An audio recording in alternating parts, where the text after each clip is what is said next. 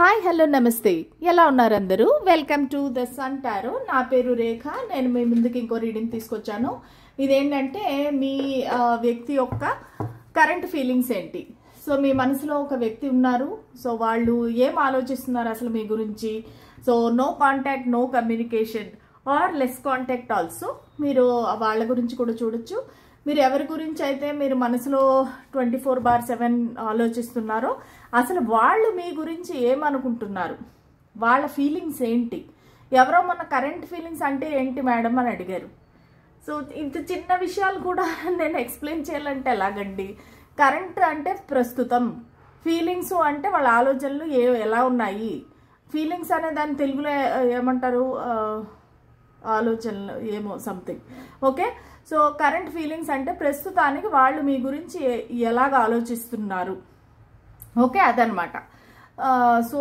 మీరు కొంచెం అప్డేట్ అవ్వాలండి ఎందుకంటే ఇది జెన్జీ యుగం అంటారు కదా ఇప్పుడు జనరేషన్ మారిపోయింది మీరు కూడా కొంచెం మిమ్మల్ని మీరు అప్డేట్ చేసుకోవాలి చిన్న చిన్న పదాలు నేర్చుకోవాలి ఇంగ్లీష్ ఓకేనా సరే లెట్ స్టార్ట్ ది రీడింగ్ మనము ఫస్ట్ వాళ్ళ ఎనర్జీస్ చూద్దామండి వాళ్ళు అసలు ఏ ఎనర్జీలో ఉన్నారు మీ కనెక్షన్ గురించి మీ గురించి అసలు వాళ్ళు ఏ ఎనర్జీలో ఉన్నారు చూద్దాము మీరు ఈ ఎనర్జీస్ కనెక్ట్ అవ్వాలంటే ముందుగా మీ పర్సన్ పేరును 3 సార్లు తలుచుకోండి వాళ్ళ ముఖాన్ని ఊహించుకోండి వాళ్ళు నవ్వుతూ ఉండే వాళ్ళ ముఖాన్ని ఊహించుకోండి ప్లస్ ఎనర్జీ ఎక్స్చేంజ్ కోసం లైక్ షేర్ కానీ కామెంట్ కానీ చేయండి ఐ కెన్ సీ చాలామంది కామెంట్స్ చేస్తున్నారు నేను చాలా హ్యాపీ అండి అది ఎలాగనిపిస్తుంది అంటే ఆ ఫీలింగ్ నేను చెప్పలేను మీకు ఎలాగంటే నాకు ఒక ఫ్యామిలీ ఉంది అందరూ అంటే నాతో మాట్లాడుతున్నారు అంటే కామెంట్స్ ద్వారా మనము ఒకరితో ఒకరు మాట్లాడుకుంటున్నాం అనమాట ఈవెన్ దో మనం అందరము ఒక దగ్గర లేకపోతేనూ కూడా మన ఎవరో కామెంట్ పెట్టారు మేడం మేము బెంగళూరు మీరు ఎక్కడ ఉంటున్నారు అనేసి మేము వైట్ ఫీల్డ్లో ఉంటామండి సో మరి మీరు ఎక్కడ ఉంటున్నారో చెప్పండి సో ఎందుకంటే మనము ఈవెన్ దో మనం రోజు ఆన్లైన్ కలుస్తూ ఉంటే కూడా ఆ కామెంట్స్ పెట్టడం ద్వారా మనం ఒకరితో ఒకరు మాట్లాడుకుంటున్న ఫీలింగ్ ఒక ఫ్యామిలీ అనే ఫీలింగ్ వస్తుందన్నమాట థ్యాంక్స్ అండి thank you so much okay చూద్దాము మీ పర్సన్ యొక్క ఎనర్జీస్ ఎలాగున్నాయి ద మెజిషియన్ మీ పట్ల వాళ్ళ ఎనర్జీస్ ఎలాగున్నాయి judgement and actually high priestess వచ్చి రివర్స్లో వచ్చింది ఓకే సో మీ వ్యక్తి యొక్క రాశులు వచ్చేసి కుంభరాశి వృషభ రాశి ధనస్సు రాశి సింహరాశి వృశ్చిక రాశి అయ్యే అవకాశం ఉందండి ఓకే నాకు అవి మీనరాశి కూడా కనిపిస్తూ ఉంది ఈ రాశులు అయ్యే అవకాశం ఉంది సో వీళ్ళు ఏంటంటే మీ పట్ల ఏమీ యాక్షన్ తీసుకోవట్లేదు ఎందుకంటే వాళ్ళు దూరంగా ఉన్నారు మీతోటి నో కాంటాక్ట్ నో కమ్యూనికేషన్ ఒకవేళ దగ్గరలో ఉంటే కూడా వాళ్ళ మనసులో ఉండే ఫీలింగ్స్ చెప్పలేని పరిస్థితి అనమాట కానీ వాళ్ళ ఎనర్జీ ఎలాగుందంటే మిమ్మల్ని రోజు తలుచుకుంటున్నారు వాళ్ళు అన్నోయింగ్గానే మిమ్మల్ని మేనిఫెస్ట్ చేస్తున్నారు అనమాట అంటే కొంతమంది నిజంగా లా ఆఫ్ అట్రాక్షన్ యూజ్ చేసి వాళ్ళు మిమ్మల్ని మేనిఫెస్ట్ చేస్తున్నారు కానీ కొంతమంది ఏంటంటే రోజు మిమ్మల్ని తలుచుకోవడం వల్ల వాళ్ళు ఆటోమేటిక్గా మిమ్మల్ని మేనిఫెస్ట్ చేస్తున్నారు వాళ్ళకి తెలియకుండానే అంటే చాలామంది అనొచ్చు మేడం మా పర్సన్కి అలాంటివి ఏం తెలియవు అలాంటివి నమ్మకం కూడా లేదు మేడం అనేసి కానీ నేనేం చెప్తానంటే మనం ఏదైనా ఆలోచన ఒక 16 to 17 సెకండ్స్ అలాగా కాన్స్టెంట్గా పెట్టుకుంటే కనుక అది నిజం అవుతుంది రియాలిటీ అవుతుంది సో వాళ్ళు ఏంటంటే అన్నోయింగ్గా మిమ్మల్ని మేనిఫెస్ట్ చేస్తున్నారు వాళ్ళకి తెలియకుండానే మిమ్మల్ని వాళ్ళ జీవితంలోకి వాళ్ళు ఆహ్వానిస్తున్నారు కోరుకుంటున్నారు సో ఇది ఏంటంటే మనం చెడ్డగా అనుకుంటే కూడా వాళ్ళు మన లైఫ్లోకి వస్తారండి సపోజ్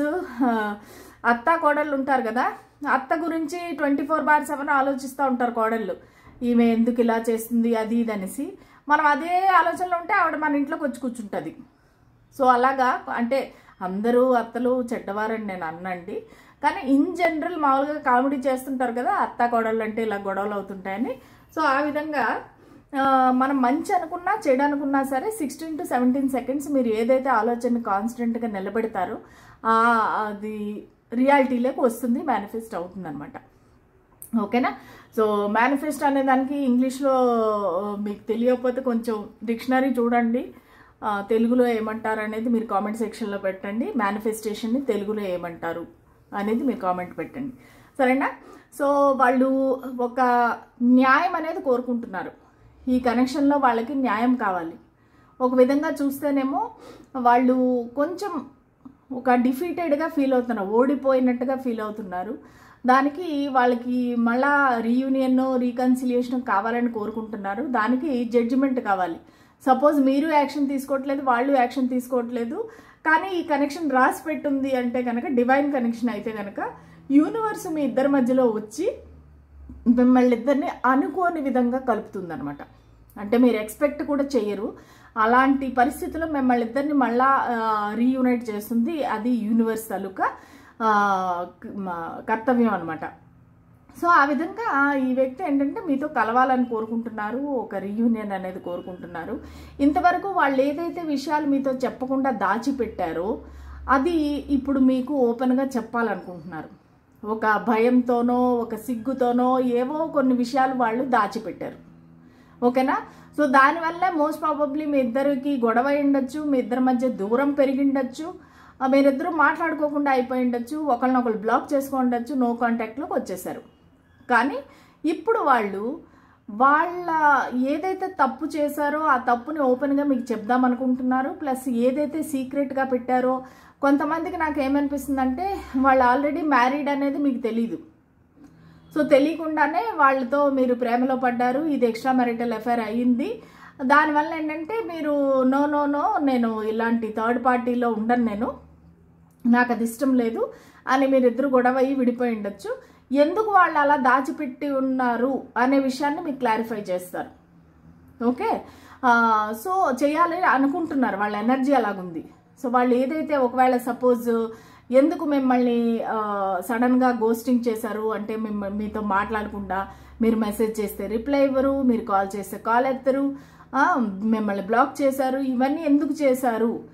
వాళ్ళ పేరెంట్స్ కారణమా, వాళ్ళ మదర్ కారణమా, ఏంటి అనేది వాళ్ళు మీతో ఇంకా ఓపెన్ అప్ అయి చెప్పాలనుకుంటున్నారు. ఇంతవరకు వాళ్ళు మీకు ఏ విషయాలు చెప్పలేదు, మీకేం తెలీదు అసలు ఎందుకు ఇలా జరుగుతుంది, ఎందుకు ఇలాగ నన్ను బ్లాక్ చేశారు, ఎందుకు నాతో మాట్లాడడం మానేశారు అనేది మీకు క్లారిటీ లేదు. సో దానికి వాళ్ళు క్లారిటీ ఇవ్వాలనుకుంటున్నారు. ఇది వాళ్ళ కరెంట్ ఎనర్జీ. సో ఇంకా వాళ్ళ ఫీలింగ్స్ చూద్దాము.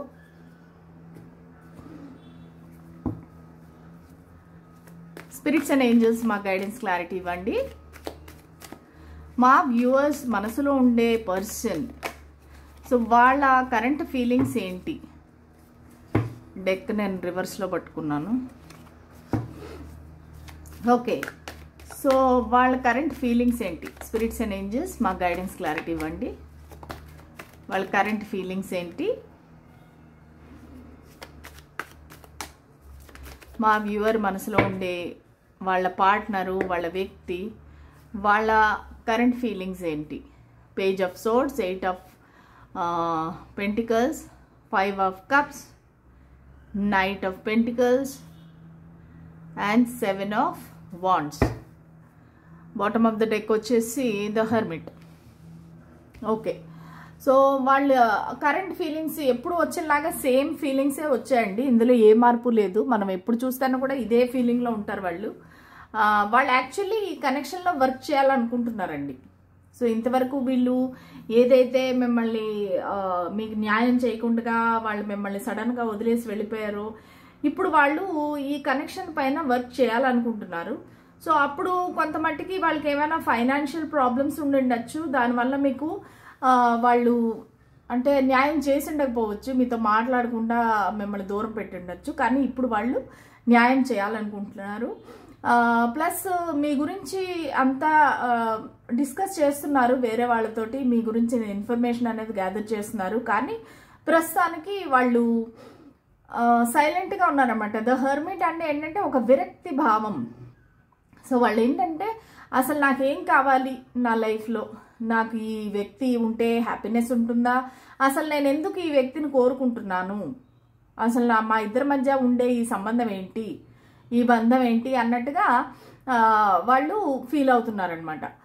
సో దానికోసం అనేసి వాళ్ళు అందరినీ అడుగుతున్నారు. తెలిసిన అంటే మీ ఇద్దరికి తెలిసిన వాళ్ళు ఉంటారు కదా, సో వాళ్ళ ద్వారా అన్నీ తెలుసుకుంటున్నారు. అసలు మీరు ఏం చేస్తున్నారు, ఎక్కడ ఉన్నారు, ఎవరితో మాట్లాడుతున్నారు, మీతో ఎవరైనా క్లోజ్గా ఉన్నారా. ఫస్ట్ ఆఫ్ ఆల్ వాళ్ళకి క్లారిటీ లేదు. అంటే మీరు ఫ్రీగా ఉన్నారా, రెడీగా ఉన్నారా, లేదంటే మీ లైఫ్లో ఇంకెవరైనా వచ్చేసారా, మీ మనసులో వేరే వాళ్ళు ఎవరైనా ఉన్నారా అనే క్లారిటీ అయితే వాళ్ళకి లేదు. దానివల్ల ఏంటంటే మీ పైన నిఘా పెట్టారు, మీ సోషల్ మీడియా అంతా చెక్ చేస్తున్నారు. చాలా స్టాకింగ్ ఎనర్జీ అయితే బాగా కనిపిస్తోంది. ఖచ్చితంగా మీ గురించి అంత ఇన్ఫర్మేషన్ గ్యాదర్ చేస్తున్నారు, మీ డీపీ చెక్ చేస్తున్నారు. ఒకవేళ మీరు స్టేటస్లో ఏమన్నా పెడితే అది చూస్తారు, ఫేస్బుక్లో మీరు ఏమన్నా పోస్ట్ పెడితే అది చూస్తున్నారు, వాట్సాప్లో మీరు ఎప్పుడు ఆన్లైన్ ఉంటున్నారు, ఎప్పుడు ఆఫ్లైన్ ఉంటున్నారు, అవన్నీ అసలు ఫుల్ స్టాకింగ్ అనమాట. కానీ చాలా మిస్ అవుతున్నారు. ఈ స్టాకింగ్ వెనక రీజన్ ఏంటి అని మీరు అడగచ్చు. అది ఎందుకంటే missing energy, regret energy. So వాళ్ళంటే స్టాకింగ్ అంటే అదొక రివెంజ్గా, కోపంతో స్టాకింగ్ చేయట్లేదు.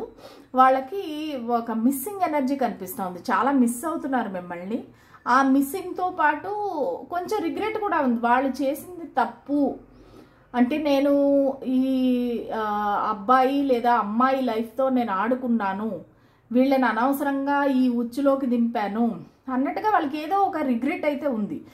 నాకు ఒకటి విషయం అయితే ఈ రీడింగ్లో చాలా క్లారిటీ వచ్చింది ఏంటంటే, మీకై మీరేమీ ఆ వ్యక్తి వెంట పడలేదండి చాలా మట్టుకి. సో ఆ వ్యక్తి మిమ్మల్ని ప్రోత్సహించారు, మీతో ఆ విధంగా బిహేవ్ చేశారు, ఆ విధమైన మాటలు మాట్లాడారు. సో దానివల్ల ఏంటంటే మీరు ఇటువంటి వ్యవహారంలోకి పడ్డారు. అది లవ్ అనొచ్చు, ఇంకేదన్నా ఫిజికల్ కాంటాక్ట్ అవ్వచ్చు. రకరకాల మంది నా రీడింగ్ చూస్తారు కాబట్టి వ్యూవర్స్, ఒక్కొక్క లైఫ్ ఒక్కొక్క స్టోరీ ఒక్కొక్కలాగా ఉందన్నమాట. కాకపోతే దీనికి కారణం అయితే మీరు కాదు. ఎందుకంటే ఈ వ్యక్తి మిమ్మల్ని అలా ప్రోత్సహించారు, అటువంటి ఫీలింగ్స్ కలిగించారు. ఎందుకంటే నా వ్యూవర్స్ నాకు తెలిసిన మట్టికి చాలా స్ట్రాంగ్. సో వాళ్ళు మెంటల్లీ చాలా స్ట్రాంగ్. వాళ్ళు ఇట్లాంటి తప్పుడు వ్యవహారాల్లో కానీ ఇట్లా విషయాల్లో పడే రకాలు కారు. కానీ ఈ వ్యక్తే మిమ్మల్ని అలా చేసి మిమ్మల్ని దీనిలోకి లాగారు కదా. సో వాళ్ళు దానికి చాలా రిగ్రెట్గా ఫీల్ అవుతున్నారు. సో దానివల్ల ఏంటంటే నేను తప్పు చేశాను అనే ఫీలింగ్ అయితే వాళ్ళలో ఉంది. వాళ్ళు ఇంకా యాక్షన్ తీసుకోవడానికి కూడా రెడీ అవుతున్నారు, కానీ చాలా స్లో ఎనర్జీ అనమాట.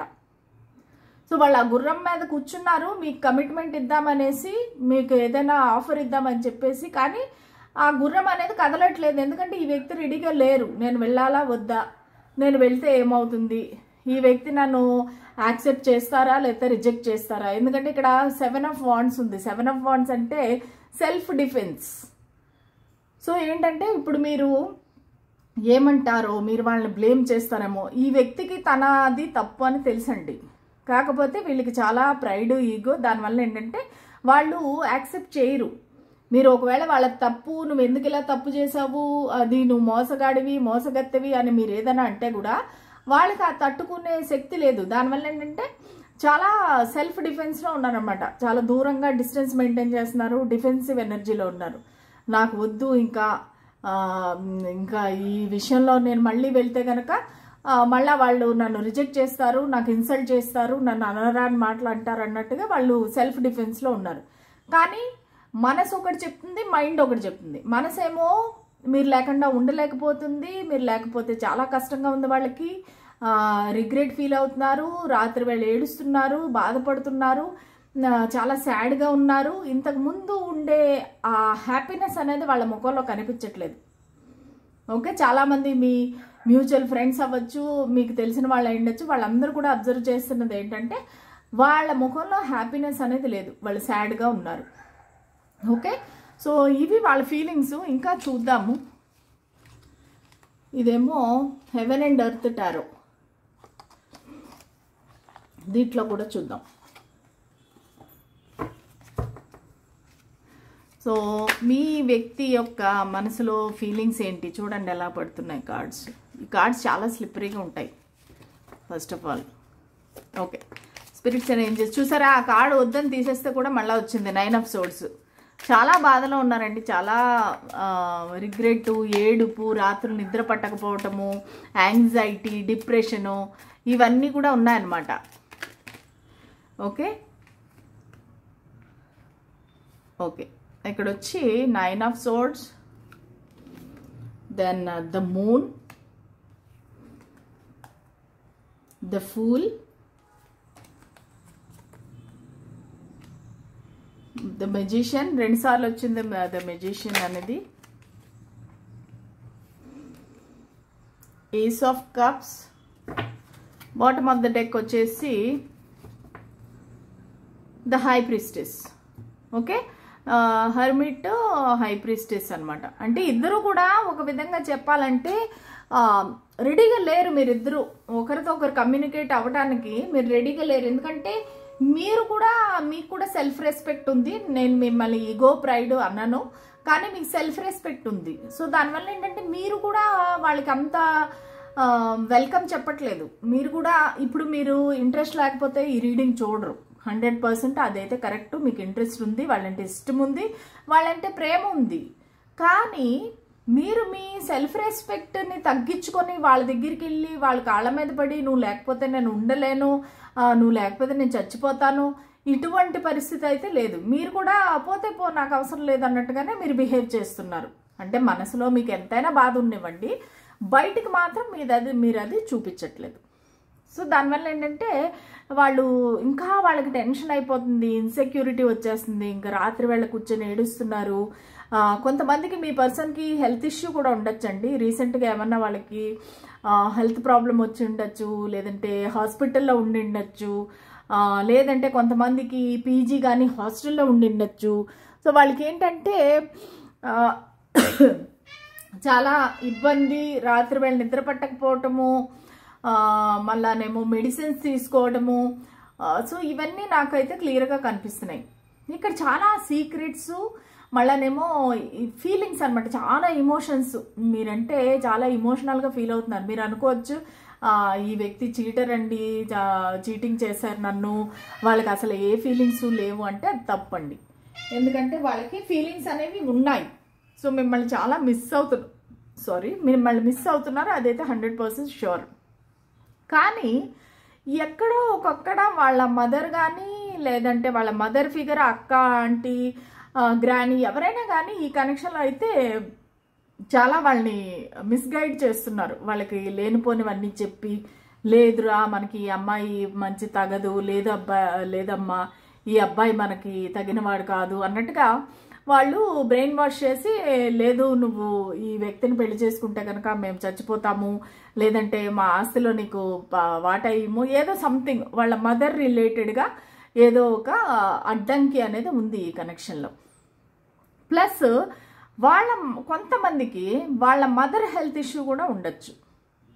ఒకవేళ వాళ్ళ మదర్ ఒంట్లో బాగలేదా, వాళ్ళ మదర్ హాస్పిటల్లో ఉన్నారా, సో ఏదో ఈ టెన్షన్లో కూడా ఉన్నారు వాళ్ళు. సో ఈ విషయంలో, ఈ టెన్షన్లో వాళ్ళు ఇప్పుడు మీ ప్రస్తావన వాళ్ళ దగ్గర తీసుకురావాలని అనుకోవటం లేదు.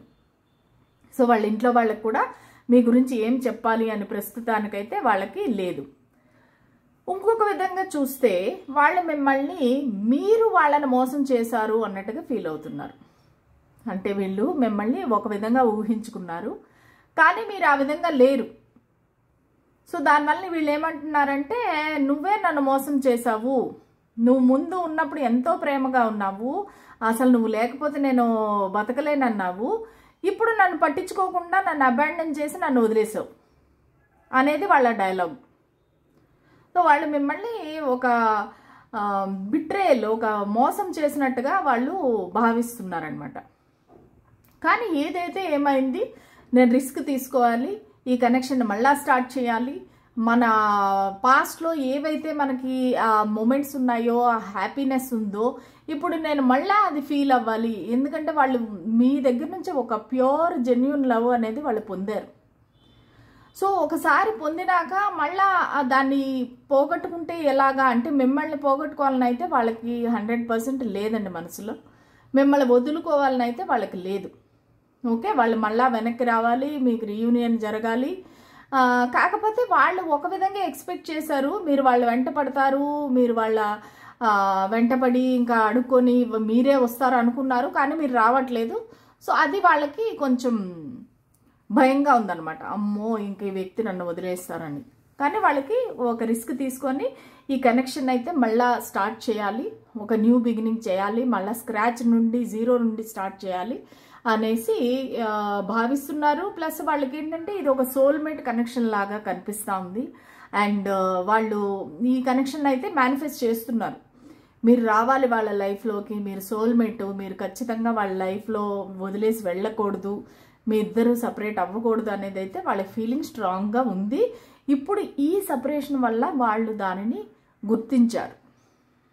అంటే మీరు రోజు వాళ్ళకి వెంటపడి మెసేజ్లు పెట్టి ఫోన్లు చేస్తున్నప్పుడు వాళ్ళకి తెలియలేదు. మీరు సడన్గా ఒక్కసారి సైలెంట్ అయిపోయారు. అయిపోయినప్పుడు వాళ్ళకి తెలిసింది, ఓకే ఓకే నేను ఈ వ్యక్తిని పోగొట్టుకుంటే నేను బ్రతకలేను అన్నట్టుగా వాళ్ళకి అయితే ఆ రియలైజేషన్ అనేది వచ్చింది.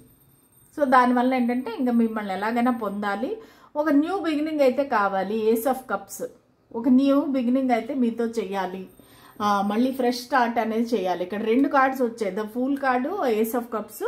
సో వాళ్ళైతే న్యూ బిగినింగ్ అయితే చేయాలి అనుకుంటున్నారు. ఇంకా వాళ్ళ ఏంజల్స్, మనకి రొమాన్స్ ఏంజల్స్ ఏం చెప్తారనేది చూద్దాం. రొమాన్స్ ఏంజల్స్ మాకు గైడెన్స్ క్లారిటీ ఇవ్వండి. ఈ కనెక్షన్కి మీరిచ్చే గైడెన్స్ ఏంటి, మీరిచ్చే బ్లెస్సింగ్స్ ఏంటి?